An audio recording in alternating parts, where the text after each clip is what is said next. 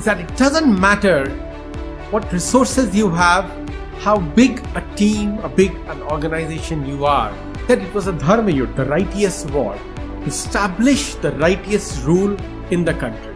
Your army was much, much bigger than that of the Pandavas, and that will lead you to victory. That will lead you to success. That will make your organization successful, make it sustainable.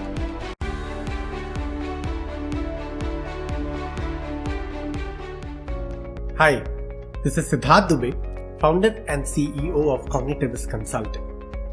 And today I would like to share with you another story in the series Stories That Inspired Me. This is a story which I heard from my father-in-law, and the story is from Mahabharata.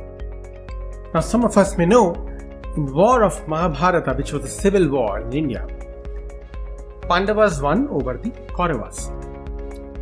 After the war was over, the parents of Kaurava and mother of Pandava, which were Dhritrashtra, Gandhari and Kunti, they went for the Vanprasth as per the tradition, where they would go to different hermitage in the jungle and meet different saints, gain wisdom and practice meditation. While they were going from one hermitage to the other in the jungles, they came across one of the sages who had predicted the outcome of the war even before the war started. And his prediction was that Kauravas will win. Now imagine Dhritrashtra coming across someone who had predicted that his side will win, but the results were opposite.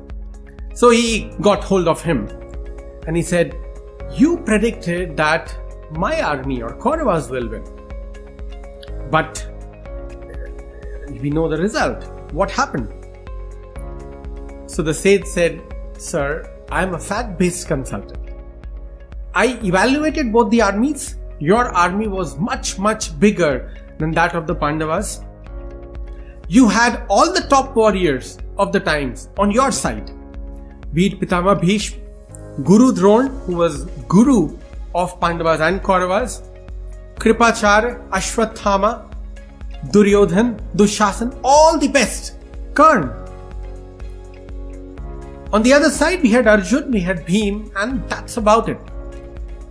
So anybody who would just evaluate based on the size of the army, based on who is fighting from its side, they'll say that Kauravas will win, and that's what I did.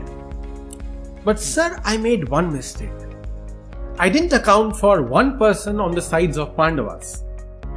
For the simple reason, this person said that he will not fight the war, he will not use weapons.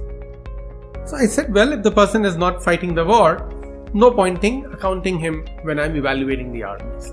But it turns out, it was this one person, whose name was Krishna, who was actually responsible for Pandavas to win the war. So what did Krishna do? He strategized the war in such a way that the biggest or the best of the armies on the other side couldn't win. Now there are some very deep, profound takeaways that I took from this story, and I'll share mine. I'm sure there are others.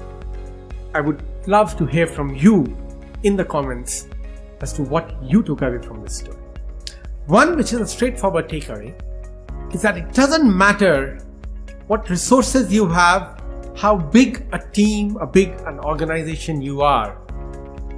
What matters is how you strategize in the given context, and that will lead you to victory. That will lead you to success. That will make your organization successful, make it sustainable. Other important takeaway comes from when you look at the details of what Krishna did because of which Pandavas won. One thing that he did all throughout the war was to make sure that he reminds Pandavas about the bigger purpose, why this war is being fought. He said it was a dharma yuddha, the righteous war, to establish the righteous rule in the country.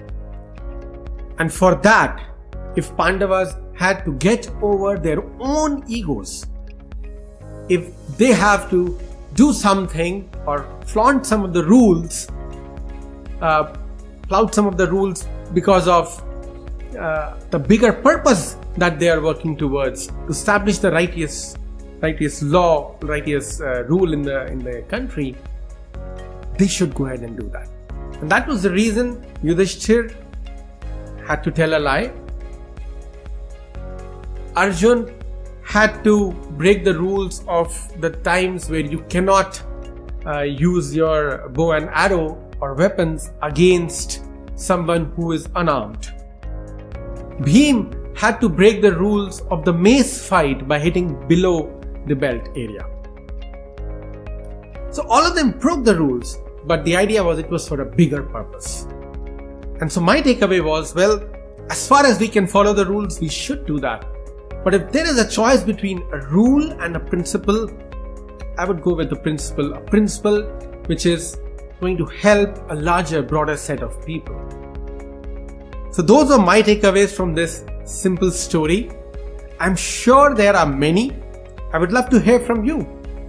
So please do share your takeaways. I hope this was helpful. I hope you can take some of these learnings, get some motivation, and continue to work towards your purpose and not give up in the worst of the times. I thank you all for listening to me. I hope this was helpful, and I'll see you again in my next story in the series Stories That Inspired Me. Thank you very much.